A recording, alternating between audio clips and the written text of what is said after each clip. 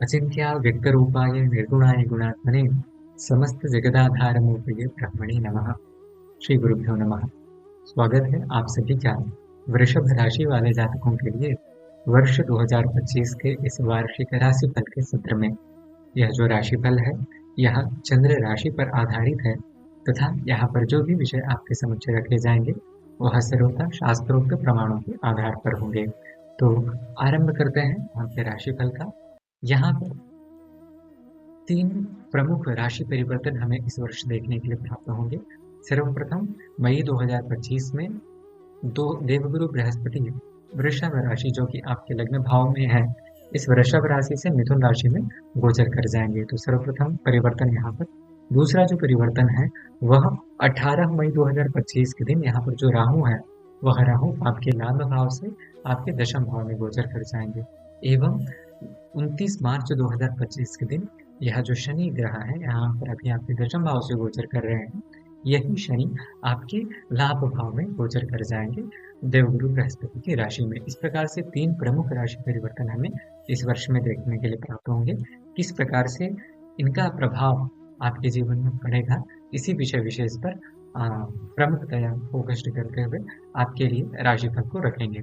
तो सर्वप्रथम चूंकि देवगुरु बृहस्पति आपके लग्न भाव में है और आपकी आयेश एवं अष्टमेश होकर के आपके लग्न भाव से वर्तमान में गोचर कर रहे हैं, अतः यहाँ पर देखेंगे कि यह जो बृहस्पति है यह आपका आय तथा आपके स्वास्थ्य का कारक ग्रह है और वह आपके शरीर के संबंधित भाव में अर्थात देहस्य सौष्ठवम स्वास्थ्यम स्थिति श्रेयो सुखम आदि विषय कहे गए हैं। अर्थात आपके शरीर के स्वास्थ्य का आरोग्य हो गया, इम्यूनिटी पावर जो हो गया, समाज में आपका मान सम्मान हो गया, यश प्रतिष्ठा आदि सभी विषय जो है आपके लग्न भाव से विचारणीय है। अब चूंकि देवगुरु बृहस्पति अभी आपके लग्न भाव से ही गोचर कर रहे हैं, तो यह बहुत ही ज्यादा स्वास्थ्य के दृष्टिकोण से, समाज में आपके मान सम्मान के दृष्टिकोण से, पुनः आप जो कि लाभ भाव से लाभेश भी है आपका शनि, अतः बंधु बांधवों में आप इस गोचर अवधि में एक अलग ही स्थान, एक उच्चतम स्थान जो है यह देवगुरु बृहस्पति का गोचर आपको दिला करके जाएगा। जैसे ही यहाँ पर देवगुरु बृहस्पति का गोचर आपके द्वितीय भाव से होगा, तो उच्च शिक्षा से संबंधित जो भी लोग छात्र वर्ग जुड़े हुए हैं अथवा कोई भी व्यक्ति विशेष जो कि उच्च शिक्षा से संबंधित क्षेत्र में है, उसके लिए यह गोचर अत्यंत शुभद जो है परिणामों को दिखाता है। पुनः परिवार से संबंधित यदि किसी भी प्रकार के मतभेद चल रहे थे अथवा किसी प्रकार से कुछ स्थितियां उतनी अनुकूल नहीं थी, तो पारिवारिक सुख भी जैसे ही मई 2025 में देवगुरु बृहस्पति का गोचर होगा तो वहां पर आपके लिए अत्यधिक सुखद परिणामों को दर्शाएगी। पुनः चूंकि यह देवगुरु बृहस्पति जो है वह आपके अष्टमेश है, अष्टम से अचानक से प्राप्त होने वाली वस्तुओं का विचार किया जाता है और यहाँ पर देवगुरु बृहस्पति आपके द्वितीय भाव में गोचर करेंगे अर्थात धन भाव में गोचर करेंगे। अतः गुप्त धन की प्राप्ति अथवा अचानक से किसी भी प्रकार की धन की प्राप्ति, शेयर सट्टा बाजार आदि से संबंधित विषयों को जोड़ करके जिनके भी जन्म कुंडली में अष्टम भाव मजबूत है तो उनके लिए यह गोचर अत्यंत शुभद परिणामों को देने वाला है। अर्थात एकदम किसी प्रकार से वरदान से कम नहीं है। चूंकि द्वितीय भावस्थ गोचर में देवगुरु बृहस्पति उत्तम परिणाम देते ही, किंतु चूंकि यह आपका अष्टमेश होकर के द्वितीय भाव से और अतिचारी होकर के देवगुरु बृहस्पति मतलब गोचर कर रहे हैं, जब भी देवगुरु बृहस्पति अतिचारी हो जाते हैं तो यह जो है अपने परिणामों में सर्वथा वृद्धि करते हैं। क्योंकि अतिचारी का अर्थ ही यह है कि अति मतलब अधिक, चारी मतलब चलना, तो यहाँ पर इनके जो परिणाम जो फल होते हैं वह भी दुगने अर्थात अत्यधिक मात्रा में प्राप्त होते हैं। अतः यहाँ पर आपको ध्यान के दृष्टिकोण से यह देवगुरु बृहस्पति का गोचर बहुत ही ज्यादा शुभद रहने वाला है। स्वास्थ्य में किसी भी प्रकार से कोई समस्या नहीं है। पुनः देवगुरु बृहस्पति जो कि आपके द्वितीय भाव में गोचर, अभी तो पंचम दृष्टि से आपके पंचम भाव को देख रहे हैं, अतः जो भी लोग छात्र वर्ग हैं मई 2025 तक तो आपके लिए जो स्थिति है वह बेहद अनुकूल है। किसी भी प्रकार के यदि आप परीक्षा परिणामों में अथवा परीक्षाओं में बैठना चाहते हैं तो वहाँ पर आपका जो परीक्षा का परिणाम होगा यदि वह वर्ष 2025 में मई 2025 के बाद आता है तो निश्चित ही आपके लिए अत्यंत आपके फेवर में वह परिणाम रहने वाला होगा, ऐसी कामना कर सकते हैं। चूंकि यहाँ पर जो राहु है अभी आपके दशम भाव में गोचर कर जाएंगे मई 2025 में, अतः करियर में बूस्ट भी यहाँ पर आपको देखने के लिए प्राप्त होगा।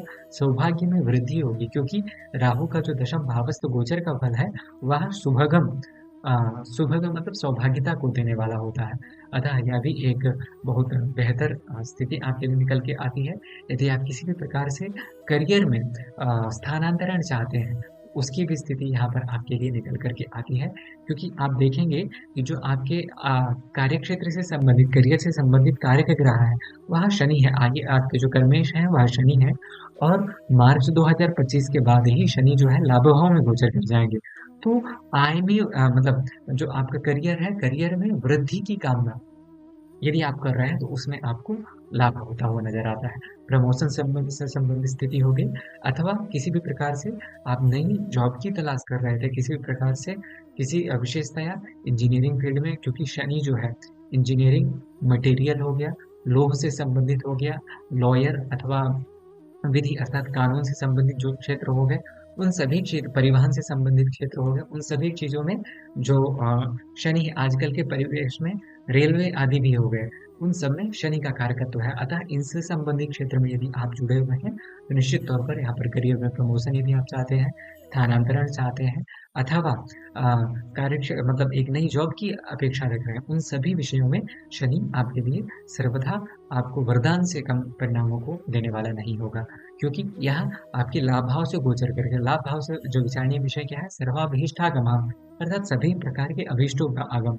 और यह जो शनि है वह आपका भाग्येश भी, यदि आप देखेंगे यह जो शनि है यह भाग्येश है, भाग्येश कर्मेश होकर के लाभ भाव में गोचर करेगा। अतः आंख मूंद करके आप बस परिश्रम कीजिए, जो परिणाम है यदि आपने परिश्रम किया है तो निश्चित तौर पर आपको उसको 10 गुना ज्यादा अच्छा फल देखने के लिए इस वर्ष 2025 की अवधि में प्राप्त होगा। पुनः राहु जो कि आपके अभी लाभ भाव में है, लाभ भाव तो कोई भी ग्रह खराब फल नहीं देता है, अतः अभी तो राहु अच्छा फल दे ही रहे हैं, किंतु जैसे ही यह आपके करियर अथवा कार्य क्षेत्र में से संबंधित भाव में आ जाएंगे तो यहाँ पर आपको करियर से संबंधित स्थिति में यहाँ और भी ज्यादा एक्टिव कर देंगे। आप अपने कार्य क्षेत्र में एक अलग ही रूप में जो है प्रस्तुत होंगे तथा यहाँ पर आपके लिए करियर में अत्यधिक अनुकूलताएं बनती हुई नजर आएंगी। जो कि यह जो राहु है आपके सप्तम दृष्टि आपके चतुर्थ भाव में डाल रहा है, अतः माता के स्वास्थ्य से संबंधित स्थिति पे यदि कुछ बहुत लंबे समय से बीमारी चली हुई आ रही थी, वस्तुतः राहु की जो दृष्टि है चतुर्थ भाव में वह शत्रु दृष्टि जाएगी तो उतना ज्यादा श्रेयस्कर तो परिणाम नहीं है। फिर भी आप नई गाड़ी, नई वाहन आदि अथवा भूमि भवन आदि से संबंधित यदि कुछ भी डीलिंग कर रहे हैं तो उसमें आपको थोड़ा सोच समझ करके सतर्कता के साथ जो है आगे बढ़ना चाहिए क्योंकि राहु है व्यर्थ के उलझनों में जो है व्यक्ति को उलझा देता है। इस प्रकार से यहाँ पर संपूर्ण रूप से कुछ विशेष चीजें यहाँ पर आपके लिए थी और प्रमुखतया जो कि आप देखेंगे तो जब भी बृहस्पति देवगुरु बृहस्पति आपके द्वितीय भाव से गोचर करेंगे तो आपके षष्ठ भाव को भी देखेंगे। अतः किसी भी प्रकार की ऋण से यदि आप परेशान चल रहे थे अथवा कुछ ऋण आपको बहुत लंबे समय से चला आ रहा था जो कि खत्म होने का नाम नहीं ले रहा था, तो वह भी जैसे ही मई 2025 में देवगुरु बृहस्पति का गोचर होगा उसकी भी समाप्ति यहाँ पर आपके लिए होती हुई नजर आएगी। ओवरऑल बहुत ही ज्यादा श्रेयस्कर जो गोचर है यह आपके लिए निकल के आता है। इसको और भी ज्यादा शुभद बनाने के लिए यहाँ पर बीज मंत्र अर्थात मंत्रों को जाप करके लौकिक उपायों के माध्यम से अथवा कलो दान प्रधानता, ऐसा कलयुग में दान की प्रधानता है तो यहाँ पर कुछ उपाय भी आपको बतलाए गए हैं। विशेषतया यहाँ पर आपको राहु से संबंधित उपाय करने चाहिए एवं शनि के उपाय भी आप चाहें तो कर सकते हैं, अपेक्षा नहीं है। चूंकि भाग्येश शनि तो करेंगे तो और अच्छी बात है, किंतु राहु के उपाय आपको करना चाहिए। उपाय यहाँ पर लिखे हुए हैं जैसे भाम भीम भौम सह राहवे नमः, ऐसा हो गया। पुनः शनिवार एवं मंगलवार के दिन हनुमान जी के दर्शन, सुंदरकांड का पाठ आदि हो गया एवं राहु की वस्तुओं का दान हो गया। इतना सब यदि आप करते हैं तो यह जो वर्ष 2025 है आपके लिए और भी ज्यादा शुभद हो सकता है। आशा है यह जानकारी आपको बेहतर लगी होगी। यदि कुछ सुझाव हैं तो आप कमेंट के माध्यम से अपनी बात रख सकते हैं। वर्तमान के लिए इतना ही। आपका यह जो आने वाला वर्ष है वह सुखद एवं मंगलमय हो, यही शुभकामनाएं। नमस्ते।